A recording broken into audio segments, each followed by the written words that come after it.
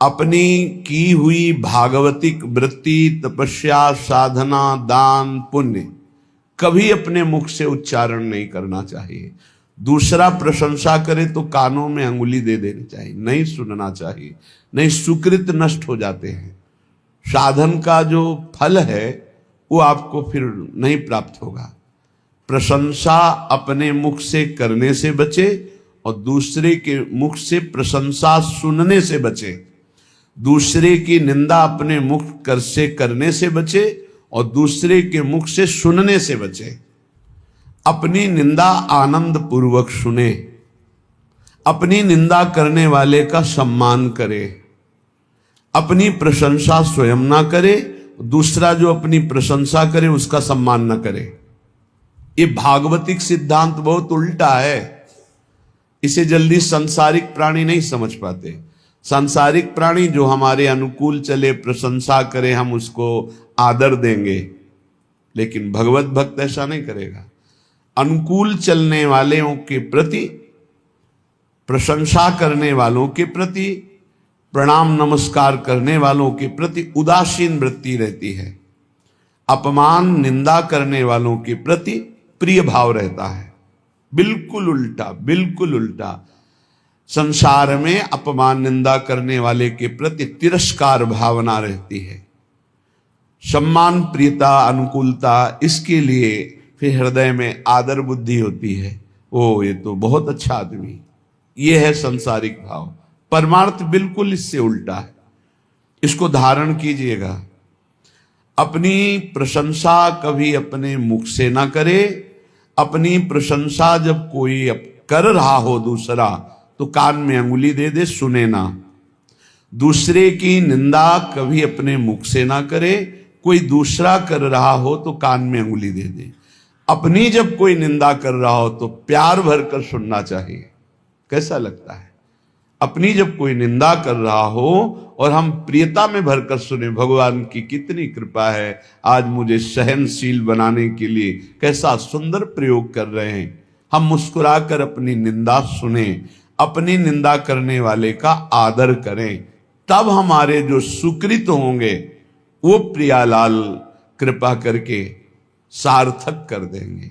सुकृतों का सार्थक होना है प्रियालाल करुणा करके हमारे नेत्रों में झलकने लगे, हमारा मन उनकी स्मृति में, उनके नाम जप में निरंतर लग जाए। श्रीपाद कह रहे हैं, ये सदैव श्यामा श्याम वृंदावन में खेलते रहते हैं। जितने अविद्यामय धाम हैं, मायाकृत लोकों को अविद्यामय कहते हैं। एक विद्यामय है, कैलाश, साकेत, वैकुंठपुरी, द्वारिका, ये सब दिव्य विद्यामय है। कह रहे हैं विद्यामय और अविद्यामय, इन सबसे परे ये महाप्रेममय श्री वृंदावन धाम है। इस सब धामों का मूल वृंदावन का जो प्रेम रस है, ये बिना श्री जी की कृपा से नहीं मिलता। आपका वृंदावन आना, वृंदावन दर्शन करना, वृंदावन वास करना, सत्संग मिलना, ये केवल श्री जी की कृपा से है। अब विश्वास करो, जब श्री जी ने इतनी कृपा कर दी है तो वो मिलने वाली पूरी वृत्ति बना दी, अब मिलना बाकी है, ये आपको संभालना है। सबकी कृपा आपके ऊपर है, अब आपको अपनी कृपा अपने ऊपर कर लेनी है। अपनी कृपा, गलत आचरणों वाले मन को धिक्कारना, सही संग, सही विचार, सही क्रिया, इसका आदर करना, जो शास्त्र प्रमाणित है, ये अपने ऊपर कृपा आप कर रहे हैं। भगवान नाम जप करना, भगवान लीला गुणानुवाद, भगवत भक्तों के चरित्र, भगवत भक्तों का संग, दूसरों की परोपकार भावना, परहित भावना, इसका आदर करो। दूसरों का अहित, प्रपंच वार्ता, काम चिंतन, काम क्रीड़ा, ये सर्वनाश करने वाली बात, इसका त्याग करो। ये होगा अपने ऊपर कृपा करना। गुरु की कृपा हो गई, शास्त्र की कृपा हो गई, श्री जी की कृपा, अब अपनी कृपा बकाया रह गई। आप जो प्रमाद स्थिति में समय काटते हैं ये अपने ऊपर कृपा कर लीजिए। देखो, बिना आसनों का अभ्यास किए कोई ऊर्ध्वरेता ब्रह्मचारी नहीं हो सकता। यदि आप आसन में नहीं बैठते हैं कम से कम 2 घड़ी 48 मिनट, आप ब्रह्मचर्य रह ही नहीं सकते। कागज में लिख लीजिए चाहे दिमाग में लिख लीजिए, ये अनुभव गम में बातें कह रहे हैं। आप प्राणवायु का संशोधन नहीं करते हैं, आप अंदर मंत्र नहीं चलाते हैं, आप ब्रह्मचर्य रह लें असंभव बात है। बिना किसी क्रिया के उसका पतन हो जाएगा। सिद्धासन ऊर्ध्वरेता ब्रह्मचारी जी के लिए अत्यंत आवश्यक है। आदर का पात्र वही है जो ऊर्ध्वरेता हो जाता है। अगर सिद्धासन में नहीं बैठे तो ऊर्ध्वरेता की गुंजाइश ही नहीं है। प्राण संशोधन नहीं है तो निरंतर मंत्र वृत्ति चला ही नहीं सकते, क्योंकि स्थूल प्राण है, मंत्र तो सूक्ष्म प्राण में निरंतर चलते हैं।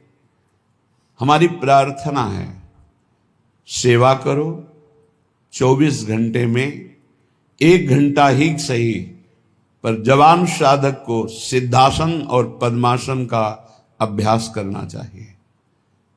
जिस समय हम 24 मिनट क्रॉस करेंगे आसन में बैठकर, तो हमारे शरीर में भयंकर पीड़ा होगी, जांघों में, हर नस नाड़ी में। वह पीड़ा बड़ी अमृतमयी होती है, शरीर को निरोग कर देती है, चर्बी को भस्म कर देती है, वायु को शांत करके सूक्ष्म करती है। जो आसनों पर बैठने वाला है, ब्रह्मचारी है, प्राण संशोधन प्राणायाम के द्वारा करता है, बहुत सुंदर मंत्र चलता है निरंतर। जवान जवान साधक है, झुक के बैठना, दीवाल का आश्रय ले लेना, शरीर का रोग ग्रसित हो जाना, ये सूचना देते हैं कि आप ब्रह्मचर्य की हानि किए, आपका आहार ठीक नहीं है, आपकी साधना ठीक नहीं है। असाध्य रोग, आकस्मिक पूर्व पाप के परिणाम स्वरूप आ जाना, ये हो सकता है, पर वो हमारी साधना को बाधित नहीं कर सकता। प्रारब्ध साधना को बाधित नहीं कर सकता, ध्यान रखना। प्रारब्ध आया है उसको भोगेंगे, साधना यथावत चलनी चाहिए, साधना में फर्क नहीं पड़ना चाहिए, तब भगवदानंद की प्राप्ति होती। इसीलिए कह रहे हैं हमारे ऊपर सब कृपा है, केवल अपनी कृपा करने की जरूरत है। आप लोग अपनी कृपा कीजिए। जैसे हम कहते हैं कि हमारे शरीर में ब्लड प्रेशर का रोग हो गया, हाई या लो, वो थोड़ी देर के लिए हमको शिथिल कर सकता है, लेकिन नहीं, वो हमारे साधन को नष्ट नहीं कर सकता, वो हमारे साधन को नहीं। हम सम में हैं, ब्लड प्रेशर हाई या लो विषम में है, कोई फर्क नहीं पड़ता। और हम विषम चिंतन करते हैं तो ये सब सही भी हो तो ही गलत है। हमारा विचार, हमारी साधना प्रारब्ध नहीं बाधित कर सकता, ध्यान रखना। प्रारब्ध पाप कर्म का परिणाम है, और वर्तमान की हमारी साधना भागवतिक है। हमारी भागवतिक साधना को आच्छादित कर दे, इतनी बड़ी सामर्थ्य प्रारब्ध में नहीं है। प्रारब्ध बाधा खड़ी करता है, लेकिन हमारे भजन को नहीं रोक सकता, हमारी भागवतिक उन्नति को नहीं रोक सकता। लेकिन हम लोग इससे एक बेपरवाह से नजर आते हैं। धिक्कार है उस शिष्य को जब गुरु को आज्ञा देने में सोच करना पड़े, पता नहीं मानेगा कि नहीं मानेगा। इसीलिए परमार्थ की दिव्यता प्रकाशित नहीं हो रही।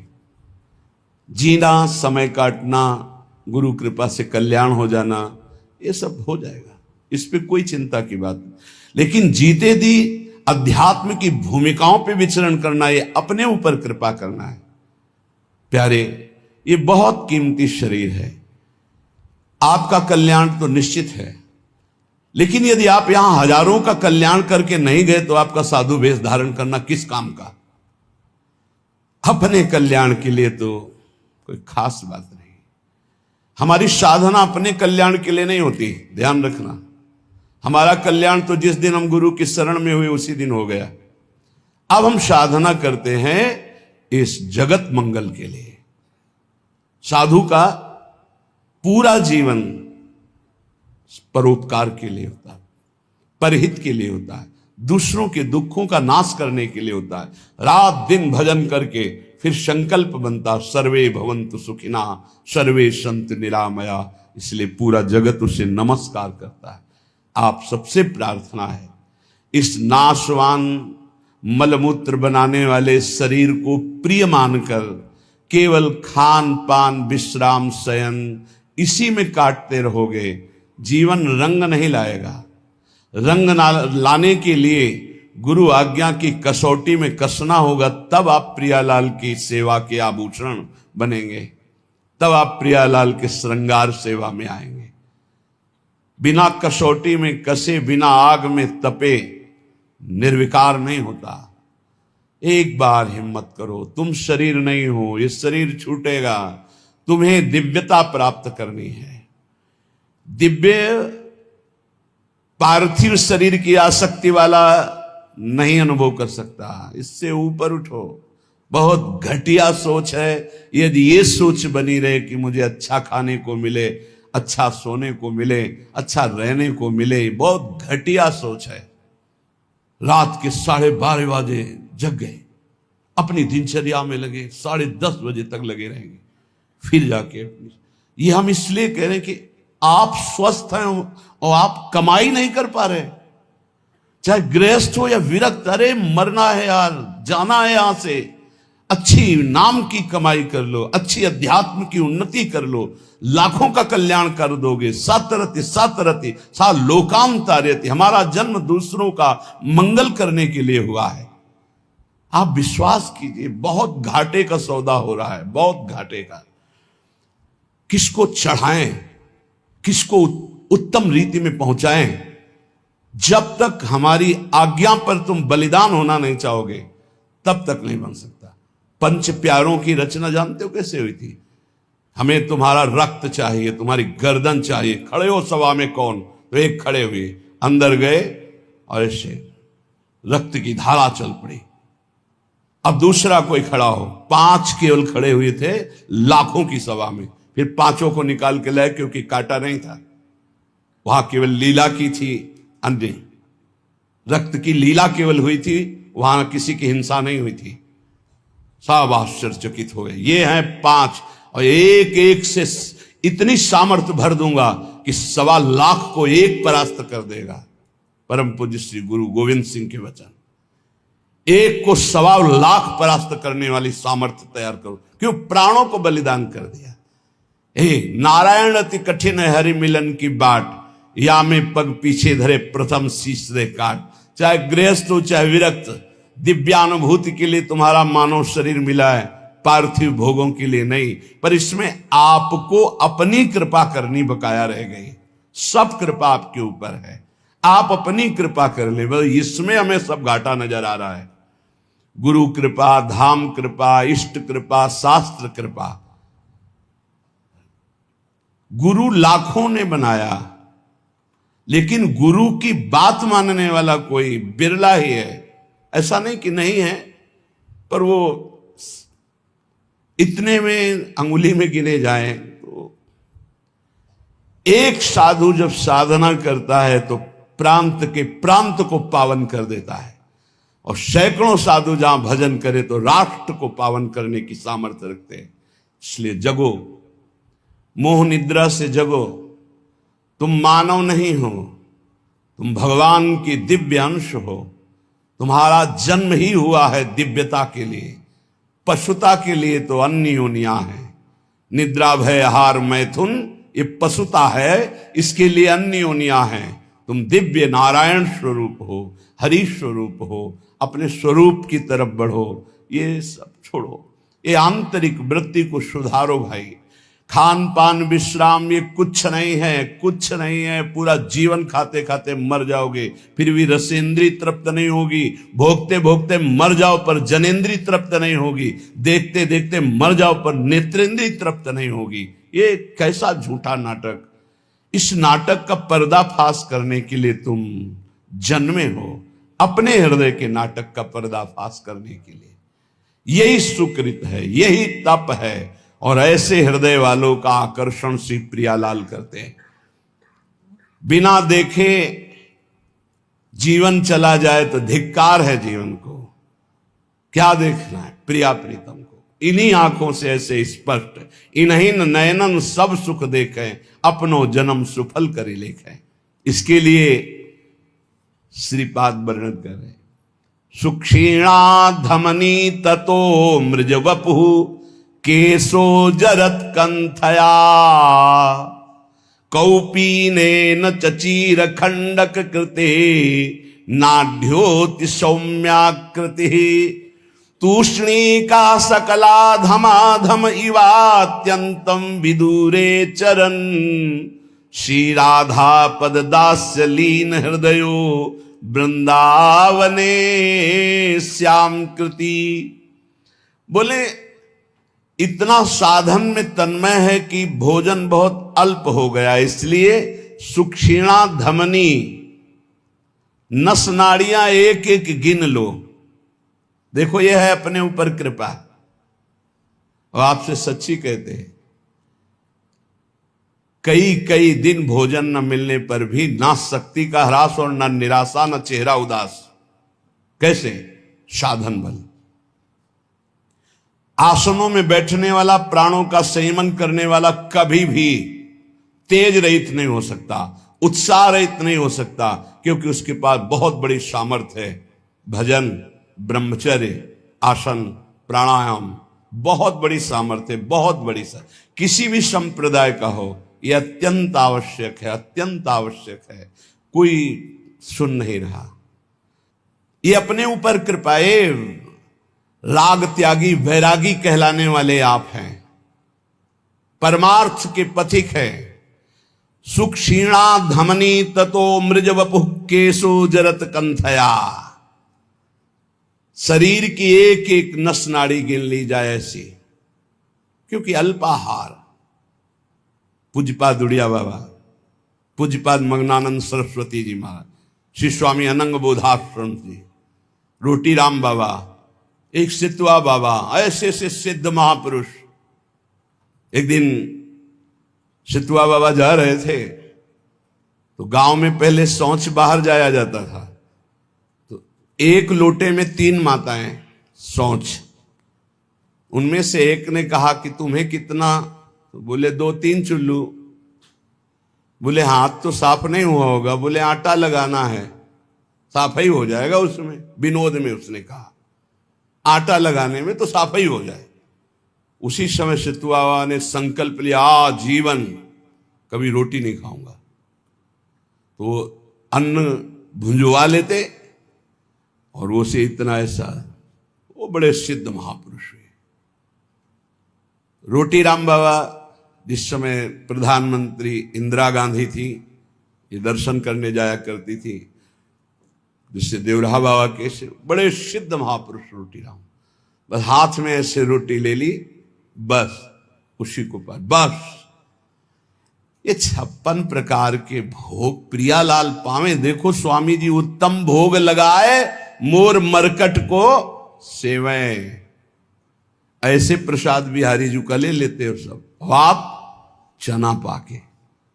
हे भाई, कमाने आए हो, लक्ष्य पे तीर एकदम अमोघ बाण की तरह जाना चाहिए। यही समय कमाने का, यही समय कमाने का, यही समय गंवाने का है। जिसकी जवानी तप में, उसकी वृद्धावस्था महान आनंद में। जिसकी जवानी भोग में, उसकी वृद्धावस्था दुर्गति में। कागज में लिख लो। और जिसका प्रारंभ से भजन उसका अंतिम भगवदाकार निश्चित। जिसका प्रारंभ विषयाकार, अंतिम बदलना बड़ा कठिन। ये जीवन की बातें कह रहे हैं। सुक्षीणा धमनी ततो मृज वपु।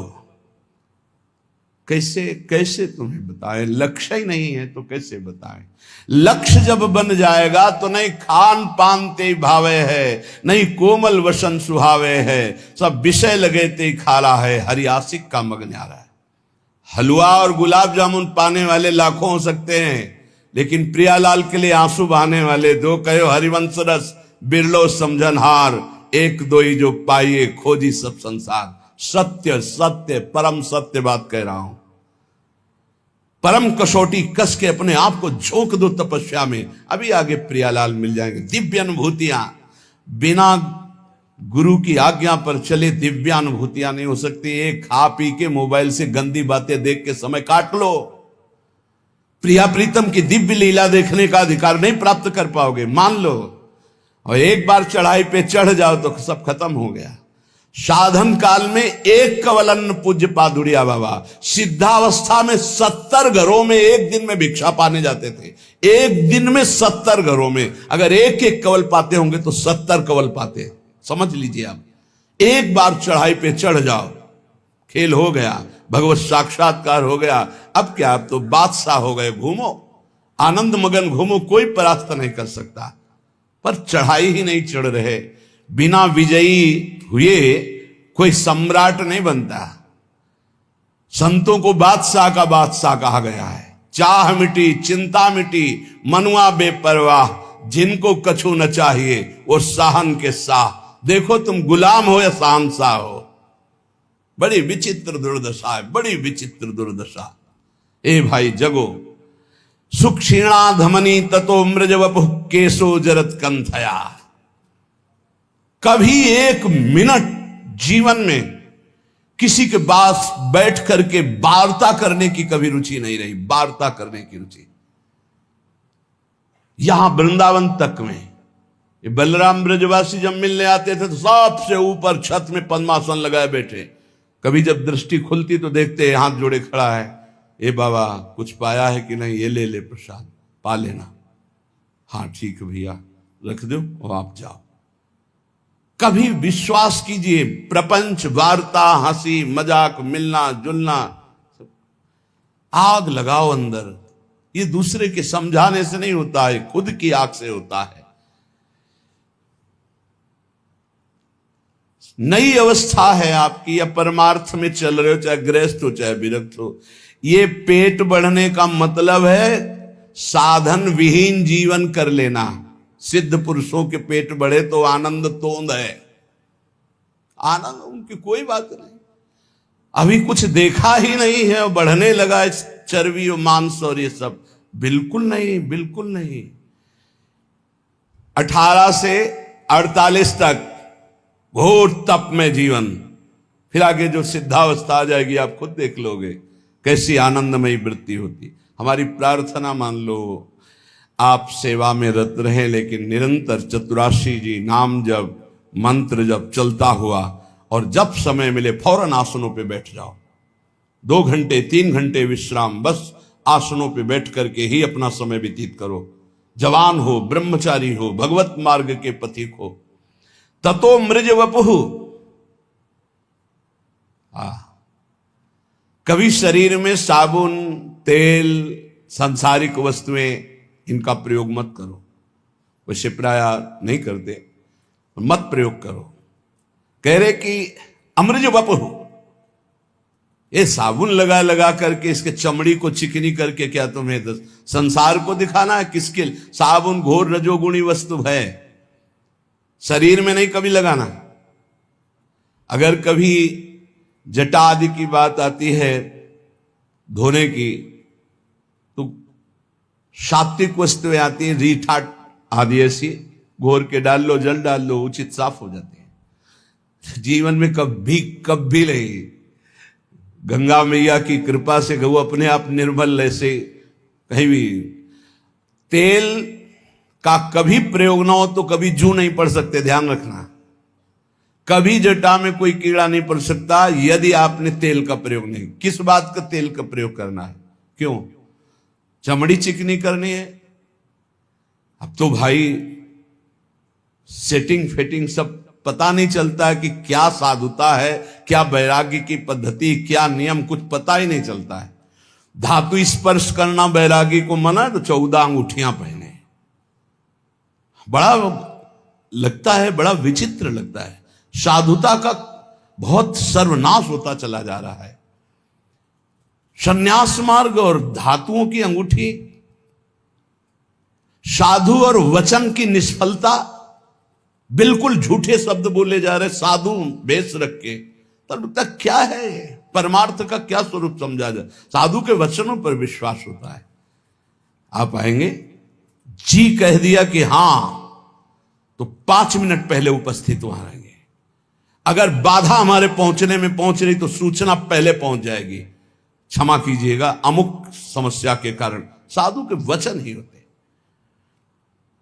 अमार्जित शरीर, केवल जल से धुल लिया बस, गंदी होनी चाहिए चमड़ी, पागलों जैसी स्थिति शरीर की बना।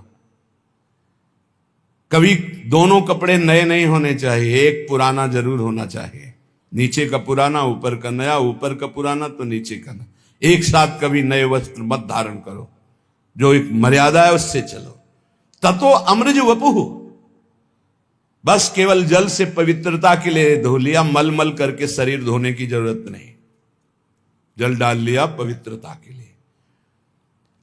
और कह रहे केशो जरत कंठया, बालों को कंघा मत फेरो, जटा रूप में परिवर्तित करो। श्रीपाद कह रहे, आज्ञा कर रहे। किसी किसी का स्वभाव होता है महीने, 1.5 महीने, 2 महीने में बना लेना, वो बराबर। 2 ही मार्ग हैं, एक जटा रखना, एक बना। पूर्वाभ्यास इस शरीर का रहा है, 10-12 वर्ष में मुड़वा ले तो मुड़वा ले, 10-12 वर्ष तक कैसे पड़े रहने का। किसी किसी का अभ्यास होता है, जैसे पूज्य गुरुदेव भगवान प्रति 2 महीने में। 2 ही पद्धतियां हैं। वस्त्र कंथया कौपीनेन च चीरखंड कृते, 2 लंगोटी 2 अचला, एक ऊपर का ओढ़ने का, जब तक ये फट न जाए। कोई दे रहा है तो स्पर्श किया जाता है, उसकी मर्यादा है, हमें नहीं चाहिए, ऐसे नहीं बोला जाता। कोई दे रहा है तो पहले उसे लिया, माथे से लगा लिया, फिर वापस कर दिया। बहुत अच्छा। जो सुलझा हुआ, अभी कर्नाटक से सन्यासी जी आए थे, उनको वस्त्र दिया, लिया, ऐसे माथे पे लगाया, और बहुत जो शास्त्र सम्मत साधु संघ के एक एक उनके आचरण प्रमाणित होते हैं। ऐसा नहीं कहा मुझे नहीं चाहिए, लिया उन्होंने, माथे पे लगाया और सूंघा भी, फिर इनको दे दिया, ये ले लीजिए। नहीं चाहिए हमें, हमारे पास है, बस साधु हैं। बहुत अच्छा लगा, बहुत अच्छा लगा। शरीर कैसा, बोले एक एक नस के, एक बार चढ़ जाओ प्यारे, एक बार चढ़ जाओ। इस अध्यात्म की ऊंचाई पर पहुंचने के लिए एक बार ये अविद्या को छीड़ करो। ये शरीर अविद्या है, अविद्या, घोर अविद्या। इससे प्रीति मत करो, मत करो। यावत स्वस्थमिदम कलेवरम यावत च दूरे। जरा कैसे सच्चाई से, यार हमारी इच्छा है एक बार, हमने सभा में इसीलिए आज ये बात रखी, हमारी इच्छा है एक बार प्राणों की परवाह छोड़कर एक बार ऐसे साधन में लगो जिससे प्रियालाल की प्राप्ति हो, जिससे प्रियालाल की दिव्यता हो, और उस दिव्यता से हम जगत मंगल कर सके। एक दिन बलराम ब्रजवासी ने कहा, बाबा तुम हो तो चल रहा है, सत्संग सुनने को मिल रहा है, तो आप चले गए तो फिर क्या होगा। उनका ये बगीचा है हमारी श्री जी का लगा हुआ है, इसमें कोई न कोई तो तैयार करेंगे श्री जी। वही बात तैयारी की, हृदय में की, बिना तप के, बिना साधना के। ये सब नौटंकी नाटक होता है, प्रवचन करना, ये 4 को रिझाना, हाँ बहुत नौटंकी नाटक। क्या समझते हुए, देने वाले जो आते हैं ना, संसार के भोगों को देते हैं, ये पैर पुजवाते हैं, ये चाकरी करवाते हैं, साधुन से करवावे सेवा, नरक जाते हैं। बहुत गंदा संसार का सम। उठो और अपनी दिव्यता को पहचानो और ऐसी शक्तियों को संचय करो कि ऐसे कभी न करना पड़े। हम चाहते हैं कि अध्यात्म की ऊंचाई पर हम चढ़ावें। हमारी बात मान लेना, अगर ब्रह्मा की भी ताकत नहीं कि तुम्हें गिरा दें। हम आपको बहुत बड़े बल से संयुक्त होकर कह रहे हैं, पर हमारी आज्ञा पर चलने के लिए बस गुरुदेव भगवान कह रहे थे कि बस मान लो, जान जाओगे, सुनना मत किसी की, मान लो मेरी बात। अक्षरशः गुरु के वचन परम सत्य। तुम किसी की सुनना मत, अर्थ मत पढ़ना, जान जाओगे अपने आप, मान लो मेरी बात, लगे रहो नाम बाणी में, लगे रहो नाम बाणी में, सब जान जाओगे। वो एक एक अक्षर महाराज का बिल्कुल साक्षात्कार होते हैं जीवन में, एक एक अक्षर। कौपीनवंता